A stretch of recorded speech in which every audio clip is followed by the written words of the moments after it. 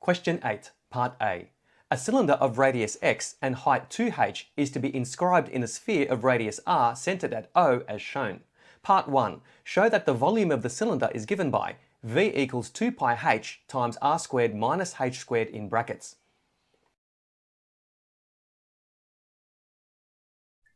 X represents the radius of the cylinder, so we need to express x in terms of h and capital R using Pythagoras' theorem. So using Pythagoras' theorem, x squared is equal to r squared minus h squared, since x represents one of the short sides of the right-angled triangle. Next, to get the volume of the cylinder, we take the area of the circular base and then multiply it by the height of that cylinder. Now h is the half height of the cylinder. So the base of the cylinder is here, this is the center of the sphere, then we need to add another h to get to the other side of the cylinder. So the volume of the cylinder is equal to pi times the radius squared. So back here, x squared is equal to r squared minus h squared. So pi times r squared minus h squared in brackets times 2h, which is the height of the cylinder. And that equals 2 pi h times r squared minus h squared in brackets. Therefore, the volume of the cylinder is given by V equals 2 pi h times r squared minus h squared in brackets cubic units as required. Part 2. Hence or otherwise, show that the cylinder has a maximum volume when h equals r over the square root of 3. The maximum or minimum volume of the cylinder occurs when dV/dh equals 0.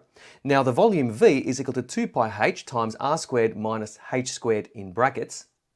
So dV/dh is found using the product rule, so u-v plus uv-. Alternatively, we could just expand the brackets and differentiate it normally, but I'm going to use the product rule from this point.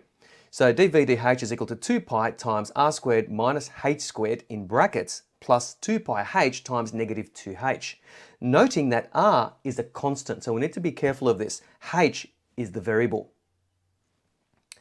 So that equals 2 pi r squared minus 2 pi h squared. We get this from expanding the brackets here, minus 4 pi h squared. And collecting the like terms, we get dV/dh is equal to 2 pi r squared minus 6 pi h squared. Next, solve dV/dh equals 0. So 2 pi r squared minus 6 pi h squared equals 0.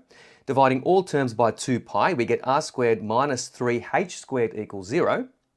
Isolating the h squared, we get h squared is equal to r squared over 3, and then taking the positive square root of both sides, since h and r are both lengths, we get h is equal to r over the square root of 3. Next, we need to show that the maximum volume occurs when h is equal to r over the square root of 3. I'm going to use the second derivative for that. So if this is our first derivative, differentiating this again with respect to h, we get d squared v dh squared is equal to negative 12 pi h. Now h is positive, which means the value of the second derivative is negative, and that's concave down, which means the value of h that we just found here is the point when the volume is at a maximum. Therefore, the cylinder has a maximum volume when h is equal to r over the square root of 3 units as required.